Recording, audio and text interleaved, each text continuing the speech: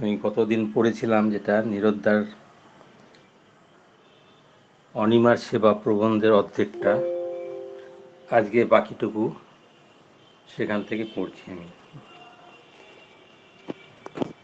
দুমন ছিলেন অতি পুরনো সাধক, আশ্রমের ট্রাস্টি, মায়ের বিশেষ কর্মী ও ভক্ত, তাই নলিনীদারও প্রিয় পাত্র। তার অসুখের সময় থেকে ভোরবেলা তার ঘরে একসঙ্গে এক কাপ চা খাওয়া দুমনের বরাদ্দ ছিল। আসতে দেরি হলে খোঁজ নিতেন, ডেকে পাঠাতেন।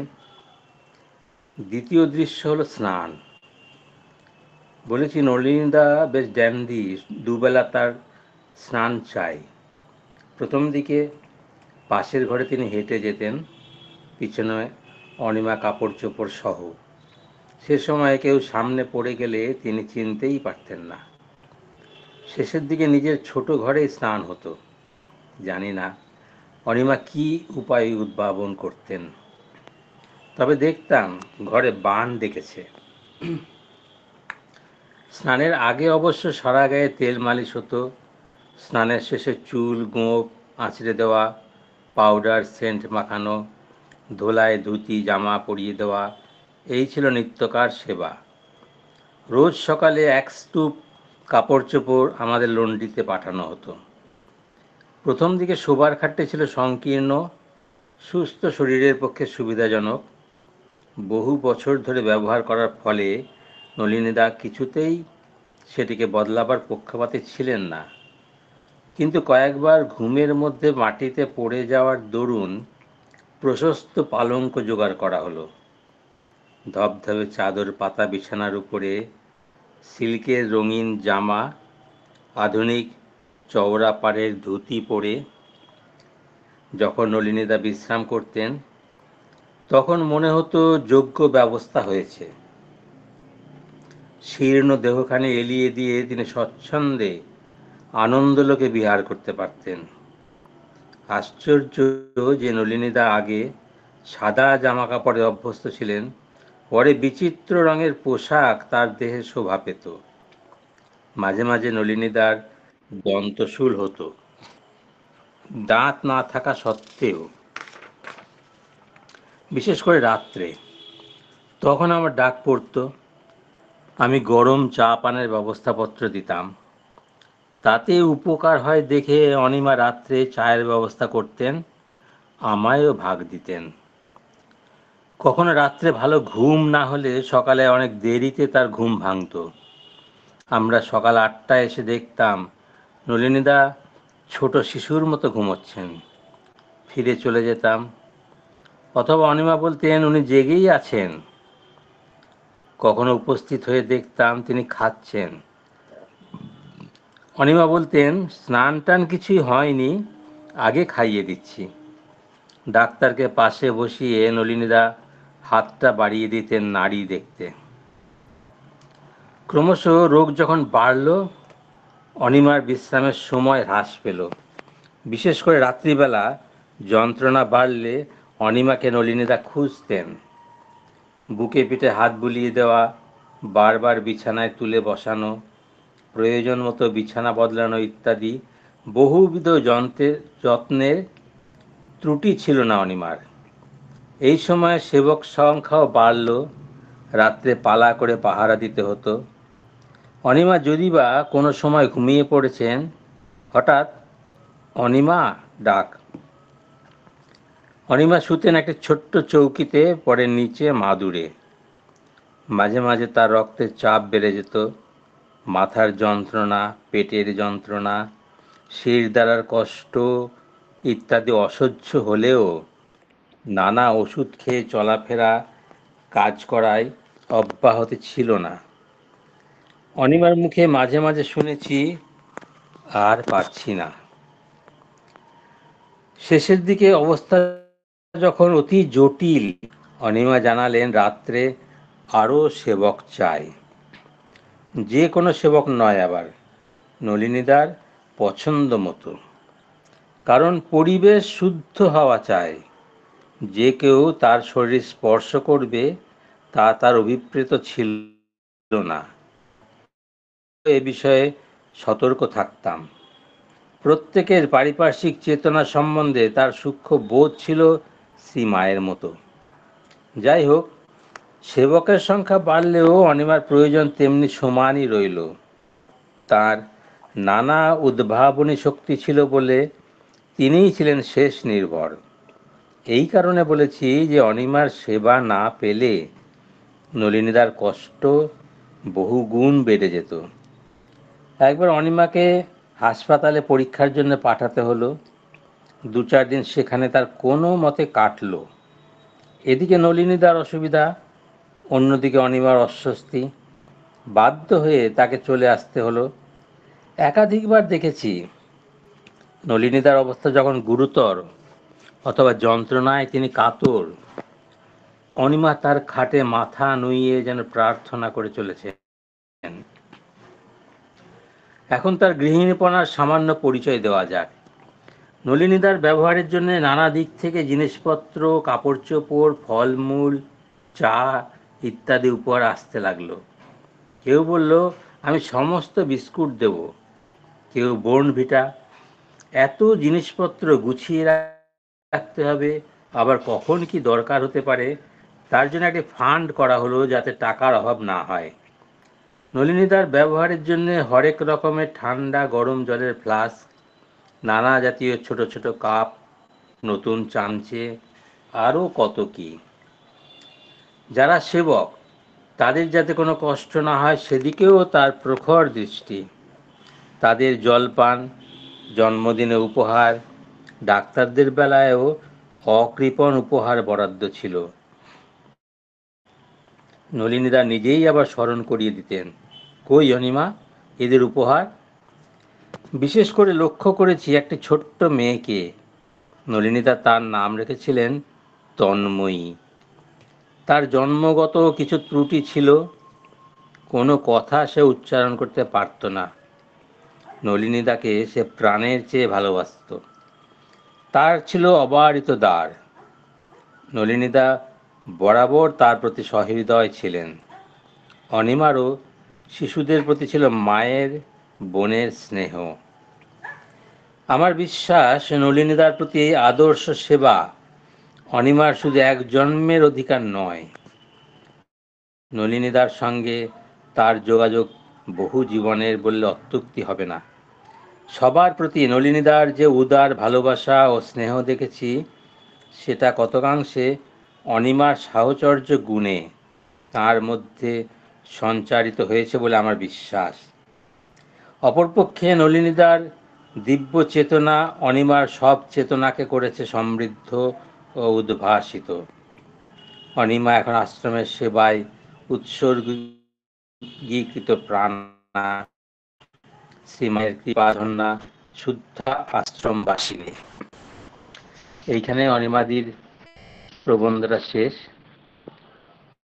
উপস্থিত সবাইকে আমার প্রণাম জানাই। আজকের পাঠ আমার এখানে সমাপ্ত।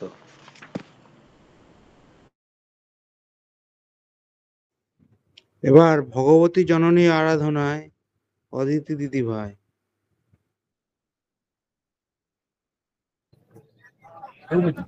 ওম শ্রী অরবিন্দ মীরা। প্রথমেই আমি ক্ষমা প্রার্থী।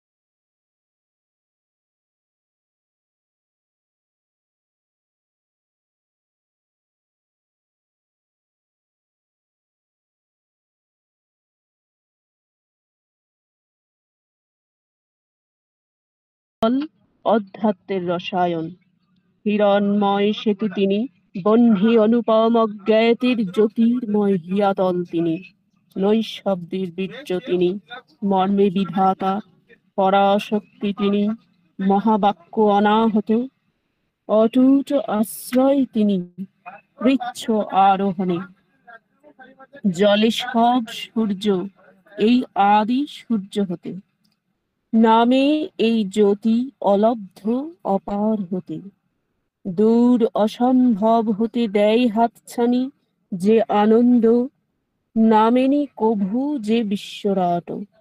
নিখিল প্রকৃতি মূক কণ্ঠে ডাকে তারে, শুধু তারে বিদুরিতে পাদ স্পর্শে তার জীবনের আত্মস্পন্দ। মানুষের ক্ষীণ অন্তরাত্মা পরে গাঁথা যে বজ্র প্রলেপ, বিদীর্ণ করিতে তারে আপন বহ্নিরে প্রজ্বালিতে বদ্ধ যত হৃদয়ে তলে। হেথা সব একদিন হবে তাঁর মধু বিরতিক নিয়ে আসে সুসঙ্গতি তাঁর, তাঁরই চাহি উঠে চলে জিজ্ঞাসা মোদের, ফিরে তাঁরই অন্বেষণে হৃদয়ের বেগ। নিবাস মোদের হবে অনূপ আনন্দ তাঁর, তাঁর আলিঙ্গনে দুঃখ যত হয়ে যাবে তীব্র সুখ সার।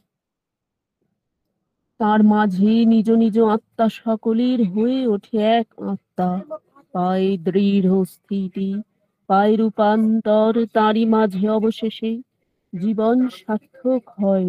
লোভী ঊর্ধ্ব হতে অসীম নিস্তব্ধ যত রভস নিবিড়, নিম্নে লোভী অপরূপ দেব আলিঙ্গন। মা এবং প্রভুর চরণে জানাই আন্তরিক কৃতজ্ঞতা, প্রণাম এবং শ্রদ্ধা।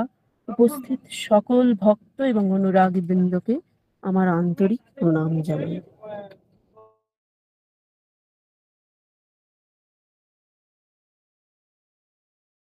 এবার উপনিষদাবলী থেকে অর্চনা মাসিমণি।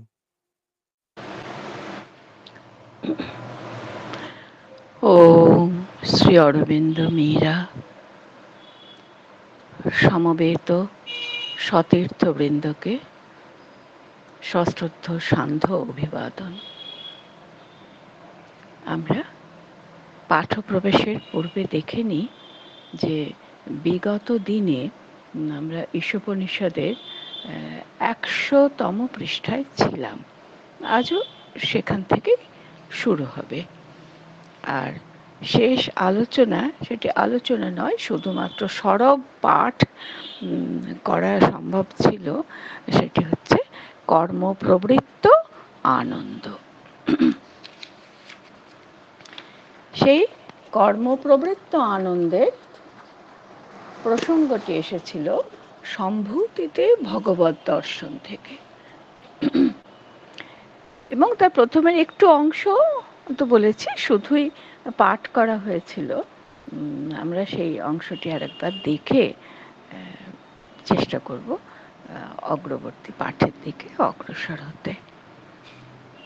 কর্মপ্রবৃত্ত আনন্দে শুরু হয়েছিল এইভাবে, এই উপলব্ধি হলো পরিপূর্ণ আত্যন্তিক আনন্দ। এখানে এই উপলব্ধি বলতে তার পূর্ব বিষয়ের শেষ অংশে যা বলা হয়েছিল যে নিম্নতর সত্তার প্রত্যেক অংশকেই এই উপলব্ধিতে সম্মত হতে হবে। কি না, শুধু বুদ্ধি দিয়ে বোঝাই যথেষ্ট নয়, হৃদয়কে বিশ্বজনীন প্রেম ও আনন্দ গ্রহণ করতে হবে, আর ইন্দ্রিয় মানুষকে সর্বত্র ভগবানের আর পরমানন্দের সংবেদন চাইতে হবে, আর প্রাণকে বিশ্ব ব্যাপারে সমস্ত লক্ষ্য আর সব কর্মপ্রবৃত্তিকে নিজের সত্তার অংশ বলে বুঝতে হবে। শেষ পর্যন্ত বলছেন যে কর্মপ্রবৃত্ত আনন্দ অংশে যে এই উপলব্ধি হলো পরিপূর্ণ আত্যন্তিক আনন্দ। তাতে কর্ম অঙ্গীকার করা হয়, কিন্তু শোক মোহ থেকে মুক্ত হয়ে, যে প্রসঙ্গটি তখন আলোচিত হচ্ছিল। তত্র কো মোহ কঃ শোকঃ একত্বম অনুপশ্যত, সেই একত্ব দর্শন যে প্রসঙ্গে আমাদের বলাই হয়েছিল যে ঈশোপনিষদের আদর্শ হচ্ছে দ্বিদল বা সমন্বয়ী আদর্শ। এখন প্রশ্ন হচ্ছে যে তত্র কো মোহ কহ শোক, এই প্রসঙ্গটা উপনিষদ কেন বললেন? প্রভু ব্যাখ্যা করে দিচ্ছেন আমাদের কাছে, মোহের কোনো সম্ভাবনা থাকে না। এই জন্যই বলেছেন উপনিষদ, কহ মোহ, মোহ কোথায়, কেন থাকে না? কারণ সর্বভূতের পশ্চাতে অজ্ঞের অনুভূতি অধিগত হয়েছে বলে জীব আর সম্ভূতিতে আসক্ত থাকে না। সম্ভূতি থাকে না তা নয়, কিন্তু সেটি আসক্তিবিহীন ভাবে চর্চিত, গৃহীত, অনুভূত হয়ে থাকে। আর তার কারণ হচ্ছে যে সর্বভূতের পিছনে রয়েছে অজ্ঞের অনুভূতি, এবং সেটি যখন সাধকের অধিগত হয় তখনই সেই সাধক জীব আর সম্ভূতিতে আসক্ত থাকে না। তাহলে মোহের সম্ভাবনা রইল না, মোহ তো আসক্তি সঞ্জাত। কিংবা বিশ্বের কোনো বিশেষ পদার্থকেই তার নিজস্ব একটা বাস্তব অস্তিত্ব আছে বলে বা নিজ গুণে তাকে বাঞ্ছনীয় বলে মনে করে আর অনপেক্ষ মর্যাদা দেয় না। এক হচ্ছে নিরাসক্তি, আর সেই সঙ্গে কোনো বিশেষ পদার্থ তাকে যে মর্যাদা দেওয়া হয় হয়, কিন্তু সেটা কখনোই তার নিজস্ব বাস্তব অস্তিত্ব আছে বলে দেওয়া হয় না। আর জীব তাকে নিজ গুণে বাঞ্ছনীয় বলে মনে করে, সেজন্যও দেওয়া হয় না। তার ফলটা কি হয়? এক তো মোহমুক্তি ঘটে, আর ফল হয় সবই উপভোগ্য, সবেরই মূল্য আছে। ভালো কথা। তাহলে এই অবস্থাটায় পৌঁছয় কি করে? জীব বলছেন সবই উপভোগ্য, সবকিছুই উপভোগের যোগ্য বলে মনে হয়। আমার নিজের যদি না মনে করি, যদি সেটি বিশ্ব জগতে যা পরিপ্লুত হয়ে আছে তারই একটা অংশ হিসেবে আমি তার অংশীদারও হচ্ছি, তার ভোক্তাও হচ্ছি, সেখানে তো কোনো বিশিষ্ট আসক্তি থাকা সম্ভবপর নয়। কাজেই তার উপভোগ্যতাও শতগুণে বর্ধিত থাকে। আর সবেরই মূল্য আছে কেন? না, পরমাত্মার অভিব্যক্তি হিসেবে। সবই অভিব্যক্ত, নেই নয়, অস্বীকৃতির দাবিও তারা করে না, শুধু তার উপভোগ্যতা বেড়ে যায় পরমাত্মার অভিব্যক্তি বলে। আর তাতে অভিব্যক্ত পরমাত্মার প্রসাদে, সেই পরমাত্মার অভিব্যক্তি এবং সেই অভিব্যক্ত যে পরমাত্মা, যিনি জীবের মধ্যে পরিপ্রকাশিত হয়ে থাকেন, সেই পরমাত্মার প্রসাদে হয়। কিন্তু কোনো বস্তুরই নিজস্ব কোনো মূল্য নেই। যেমন সে মুন্ডক বলেছিলেন না এক সময়, যে তাস্য ভাষা সর্বমেব বিভাতি। এই চন্দ্র, তারকা, সূর্য, এদের কোনো নিজেদের দীপ্তি নেই, কিন্তু তবুও তারা দীপ্যমান।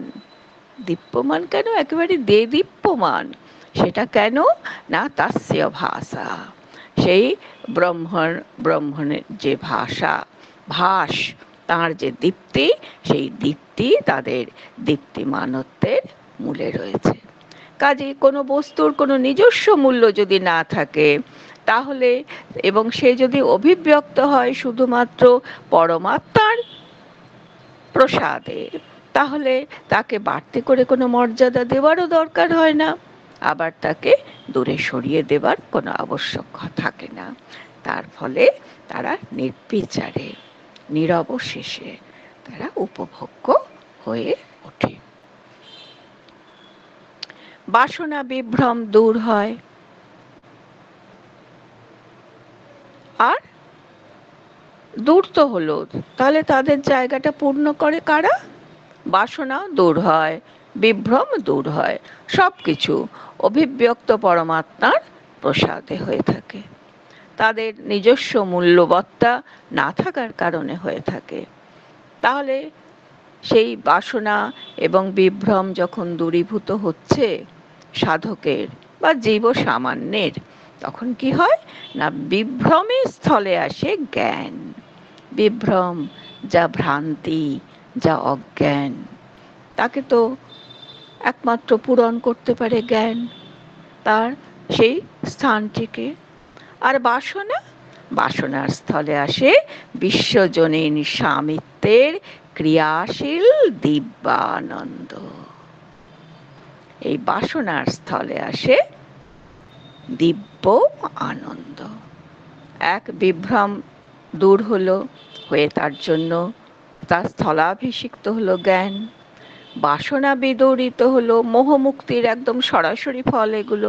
আমরা আমাদের ছোট্ট জীবনেও খুব, যে একেবারে সাধারণ জীবনেও এগুলো আমরা আমাদের মতো করে উপলব্ধি করতে পারি।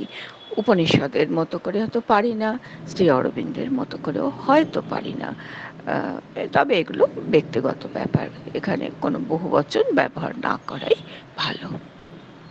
তাহলে দেখা গেল বাসনা দূর হয়, বিভ্রম দূর হয়, বাসনার স্থলাভিষিক্ত হয় দিব্য আনন্দ, আর বিভ্রমে স্থলাভিষিক্ত হয় জ্ঞান। এই প্রসঙ্গে যেখানে বলেছিলেন যে অভিব্যক্ত পরমাত্মার প্রসাদেই সব কিছু ঘটে থাকে, কোনো বস্তুর নিজস্ব কোনো মূল্য নেই, এই প্রসঙ্গে শ্রুতির বিভিন্ন অংশ কিন্তু সোচ্চার হয়েছেন, সেখানেও এগুলি আছে। প্রভু অন্তত একটি অত্যন্ত সঙ্গত ক্ষেত্রের দৃষ্টান্ত তুলে ধরেছেন, আর সেটি হচ্ছে বৃহদারণ্যক উপনিষদ থেকে। আমরা জানি বৃহদারণ্যক উপনিষদ হচ্ছে শুক্ল যজুর্বেদের। লক্ষ্য করতে হবে মজার ব্যাপার, একে তো আমরা আছি ঈশোপনিষদের সঙ্গে, সেটি তো সংহিত উপনিষদ। সেই শুক্ল যজুর্বেদেরই চত্বারিংশত অর্থাৎ 40তম অধ্যায়টি সংহিতার, শুক্ল যজুর্বেদ সংহিতার 40তম অধ্যায় হচ্ছে উপনিষদ। কেন? তার আন্তর্ভাবনার জন্য, তার পরম প্রেয়র চিন্তার জন্য, তদ্বিষয়ে তার সুস্পষ্ট মতামতের জন্য। অনুরূপভাবে সব উপনিষদ যে বিশুদ্ধ উপনিষদ তা কিন্তু নয়, এই বিশুদ্ধ বা অশুদ্ধ অন্যভাবে নয়। এই উপনিষদ যেগুলি, যেহেতু প্রত্যেকটি সংহিতার সঙ্গে সংশ্লিষ্ট বিভিন্ন উপনিষদ রয়েছে, তার মধ্যে সবগুলোই যে পৃথকভাবে তাদের টেক্সটগুলো রেখেছে তা কিন্তু নয়। কখনো ব্রাহ্মণ, কখনো আরণ্যক এবং কখনো সংহিতা, তো আমরা দেখছি সেগুলিও চিন্তায়, জ্ঞানে, অনুভবে উপনিষদ স্থানীয় হয়ে ওঠে, উপনিষদের স্থলাভিষিক্ত হয়ে ওঠে। যেমন ঈশা, তেমনি হচ্ছে বৃহদারণ্যক। নাম বোঝা যাচ্ছে যে আরণ্যক উপনিষদ, তার মানে এটি হচ্ছে একটি আরণ্যক। সেই আরণ্যক অংশের কিছুটা এসেছে উপনিষদের মধ্যে, সেও সে তার ভাবনার জন্যে, সেই ব্রহ্ম ভাবনার জন্য। আর এটি শুক্ল যজুর্বেদের যে দুটি শাখা আছে, কাণ্য শাখা, মূর্ধন্যয় বয়, কাণ্ব শাখা আর মাধ্যন্দিন শাখা। তার মধ্যে কাণ্ব শাখাতে দুটোতে আছে, তবে কাণ্ব শাখায় বিশেষ করে তার যে দ্বিতীয় অধ্যায়, তার চতুর্থ ব্রাহ্মণের পঞ্চম মন্ত্রে দেখা যাবে নিচে যেখানেতে ওই পাদটিকা দেওয়া থাকে, সেখানে একটি তারকার চিহ্নিত অংশে বৃহদারণ্যক উপনিষদ 2, 4, 5 দ্বিতীয় অধ্যায়, চতুর্থ ব্রাহ্মণ আর তার পঞ্চম মন্ত্র। এবং অনুরূপভাবে ওই চতুর্থ অধ্যায় পঞ্চম ব্রাহ্মণের ষষ্ঠ মন্ত্রেও ওই একই ধরনের মন্ত্র আছে, যেটি প্রভু শ্রী অরবিন্দ এখানে সমধর্মী বলে উল্লেখ করেছেন। এই যে শুক্ল যজুর্বেদের কাণ্ড শাখা, তার যে 3টি কাণ্ড আছে, সেই 3টি কাণ্ডের মধ্যে দ্বিতীয় কাণ্ডটি হচ্ছে যাজ্ঞবল্ক কাণ্ড। এই শব্দ উচ্চারণ করার পর আমরা বুঝতে পারি সেই অতি খ্যাত এবং অত্যন্ত শ্রদ্ধেয় যে যাজ্ঞবল্ক্য মৈত্রেয়ী সংবাদ, সেটি হচ্ছে এরই অংশ। আর সেখান থেকে যে মন্ত্রটি বলেছেন বা যে অংশটি তুলেছেন, আলোচনা আছে, তো সেখানে ব্রহ্ম সম্পর্কে আলোচনা আছে। এই কথাটা কেন বলা হলো যে কোনো বস্তুর নিজস্ব কোনো মূল্য নেই, এই বিষয়টি যাজ্ঞবল্ক্য মৈত্রেয়ীর কাছে ব্যাখ্যা করেছেন, কিন্তু কোন প্রেক্ষিতে করেছেন, কোন প্রশ্নের উত্তরে করেছেন, সেইটা আমরা আমাদের বুদ্ধিমতো একটু দেখে নিতে পারি।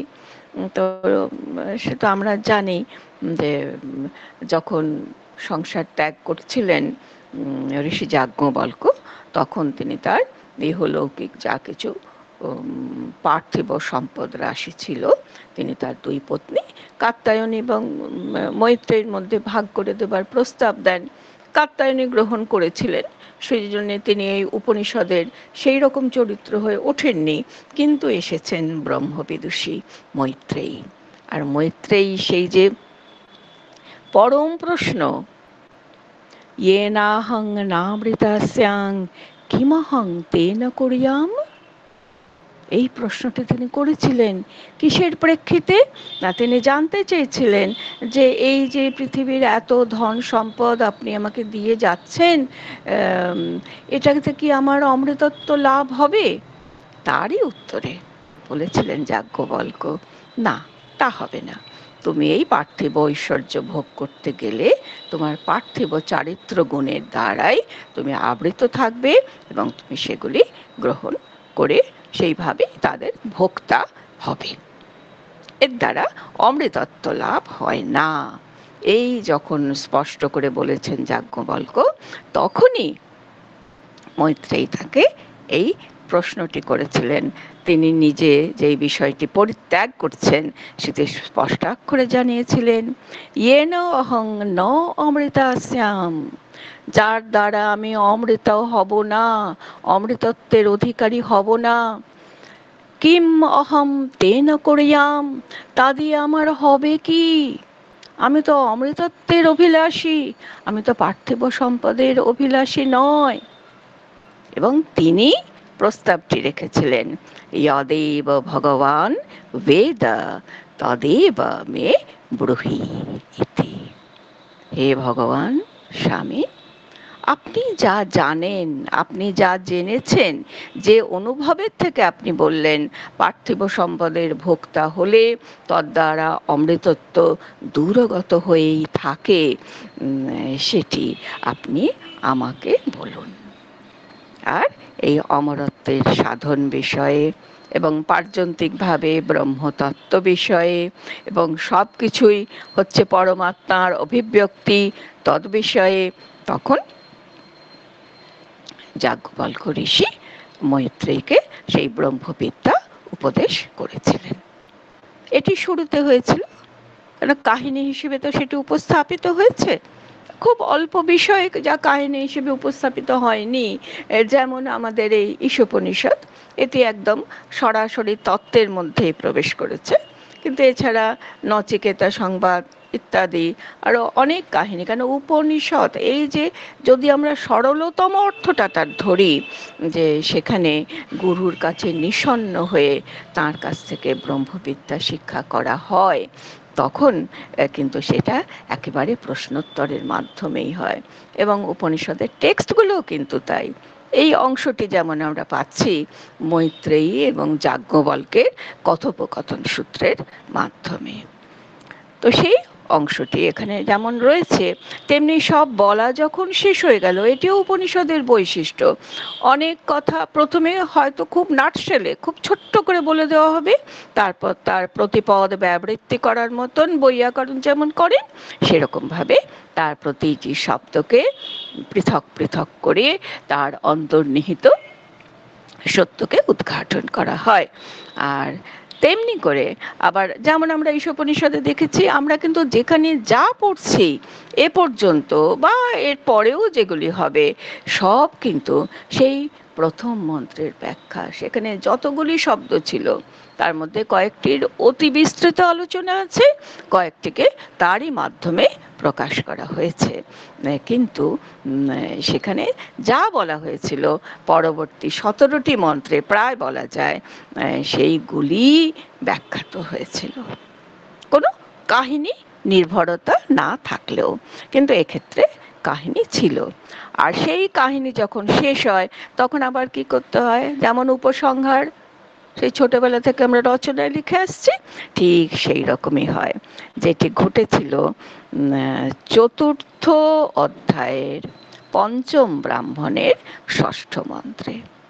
দুটি কিন্তু একই মন্ত্র, একই কথা বারবার বলা, কারণ মনে রাখতে হবে কিন্তু আচার্য শিষ্যকে উপদেশ দিচ্ছেন, এই তত্ত্বটি, এই গূঢ় তত্ত্ব তিনি উপদেশ দিচ্ছেন।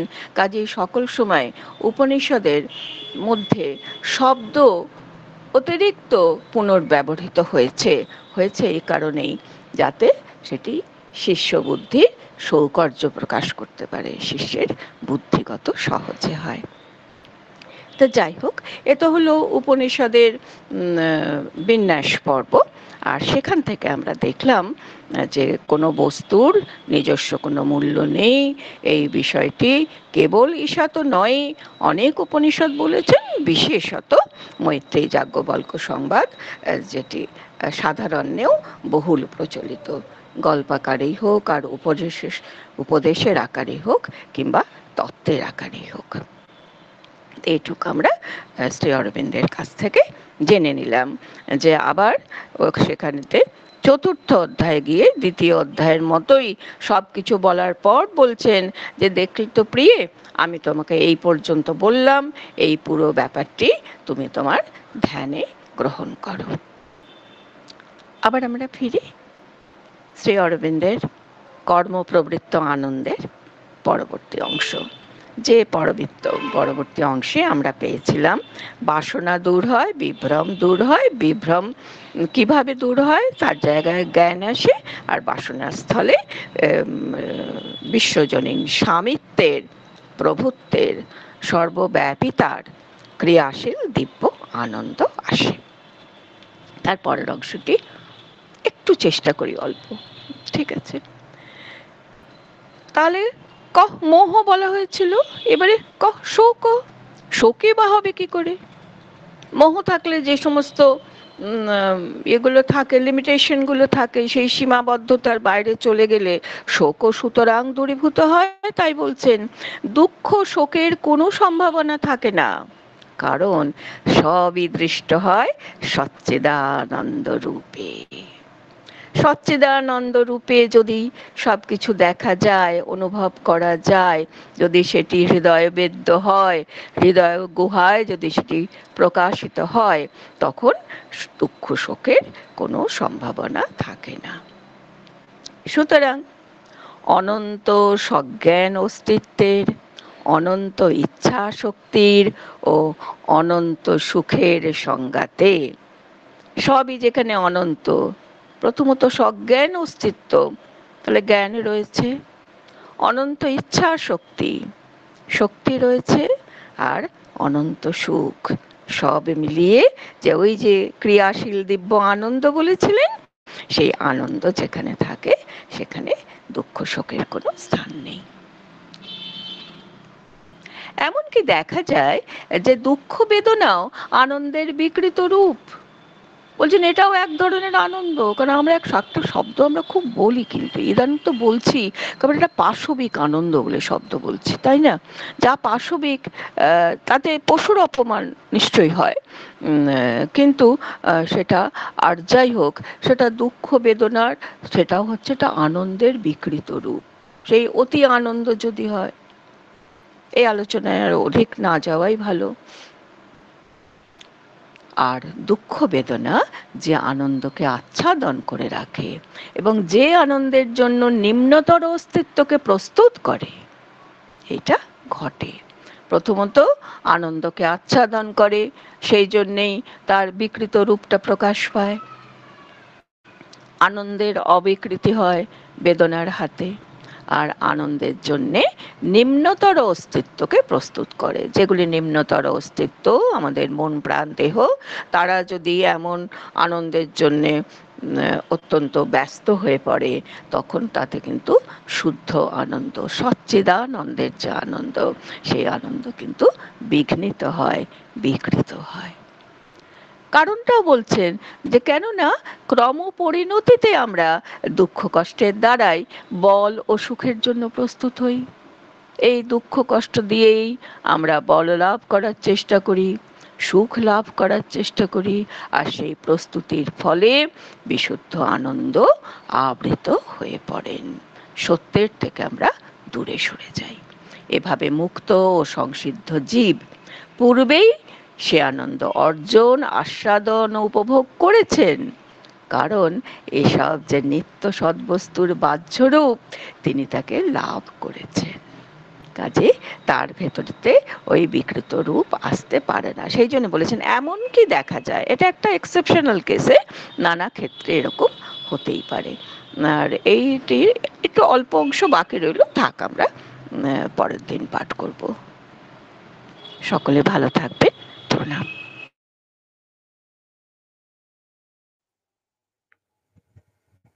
জয়ন্তিকা আছি। ওম শ্রী অরবিন্দ মীরা। আমি সেই লিটারেচার যোগা থেকেই আমি পড়ছি। শ্রী অরবিন্দের রচিত, মানে প্রশ্নের উত্তর নিয়ে যা উনি লিখে গেছেন সেখান থেকে পড়ছি। মানে টাইম অ্যান্ড স্পেসের উপর যেটা প্রশ্ন ছিল তার উত্তর দিতে লিখছেন, কালের ধারণাটি হতে পারে মনের এক নির্মাণ, কিন্তু এটি অর্থ নাও বহন করতে পারে। আদিম মানুষদের সময় ধারণা আছে, কিন্তু তা সূর্য ও তারা, দিন এবং রাতের পরিবর্তন এবং ঋতুর সঙ্গে সম্পর্কিত। সম্ভবত একটি পৃথক নির্মাণ নয়, তবে নিশ্চিত হওয়া যায় না, কারণ তাদের নিজস্ব অধিবিদ্যাকে ধারণা রয়েছে। আমার মনে হয় পশুরা তাদের চেতনায় এতটা সীমাবদ্ধ নয়। তাদের শুধু ইন্দ্রিয়ানুভূতিই নয়, বরং আছে কিছু বিষয়ের তীক্ষ্ণ স্মৃতি, পর্যবেক্ষণ, সুস্পষ্ট গোষ্ঠী, পরিকল্পনা করার মতন বুদ্ধি, স্থান সম্পর্কে অত্যন্ত সঠিক ধারণা এবং স্থানের স্মৃতি যুক্তি প্রয়োগের একটি প্রাথমিক ক্ষমতা রয়েছে। মানুষের মতো চিন্তাশীল নয়, কিন্তু কার্যত যে কোনো প্রাণময় মনের মতন। আমি একটা ছোট বিড়ালছানাকে পর্যবেক্ষণ করতে, একটি সঠিক সিদ্ধান্তে পৌঁছতে, তার উদ্দেশ্য পূরণে যা করা প্রয়োজন তা করার জন্য এগিয়ে যেতে দেখেছি। সেই সিদ্ধান্ত দ্বারা ধার্য একটি আবশ্যকতা, ঠিক যেমন একটি মানব শিশু করতে পারে। সুতরাং আমরা বলতে পারি না যে পশুদের কোনো ধারণা নেই, গতকাল এবং আগামীকালের কোনো স্পষ্ট পরিমাপ নেই। সম্ভবত, তবে অতীত ও ভবিষ্যতের প্রয়োজন এবং সঠিক সময় এবং ঋতুগুলি সম্পর্কে ধারণা সেখানে রয়েছে। সবকিছুই প্রাণিক, ব্যবহারিক, মানুষের মতো চিন্তাশীল মন দিয়ে নয়। কিন্তু এটা সত্য যে যখন কেউ মনের ঊর্ধ্বে উঠে যায়, তখন কালের এই অনুভূতি কাল ও হীনতায় চিরন্তন বর্তমানে রূপান্তরিত হয়। নিঃসন্দেহে শরীর নিয়ন্ত্রিত সময় চেতনা প্রধানত জাগ্রত অবস্থায় সঙ্গে যুক্ত, তবে এটি অধিচেতনের পাশাপাশি মনের জাগ্রত চেতনাও হতে পারে। উদাহরণ হিসেবে কেউ রাতে শুতে যাওয়ার সময় সকালে একটি নির্দিষ্ট সময় ওঠার কথা ভাবে এবং ঠিক সেই মুহূর্তে ঘন্টা মিনিট ধরে এমনকি জেগে ওঠে। অধিচেতনের কোথাও কিছু একটা এই সময়টা লিপিবদ্ধ রাখে এবং সজাগভাবে সেটি কার্যকর করে। যখন কেউ আন্তঃসত্ত্বাকে অনুভব করতে এবং এর মধ্যে বাস করতে শুরু করে, তখন সাধারণ কালের অনুভূতি অন্তর্নিহিত হয় এবং সম্পূর্ণরূপে বাহ্যিক হয়ে যায়। সবাইকে নমস্কার জানাই। আমার পাঠ এখানে শেষ করলাম।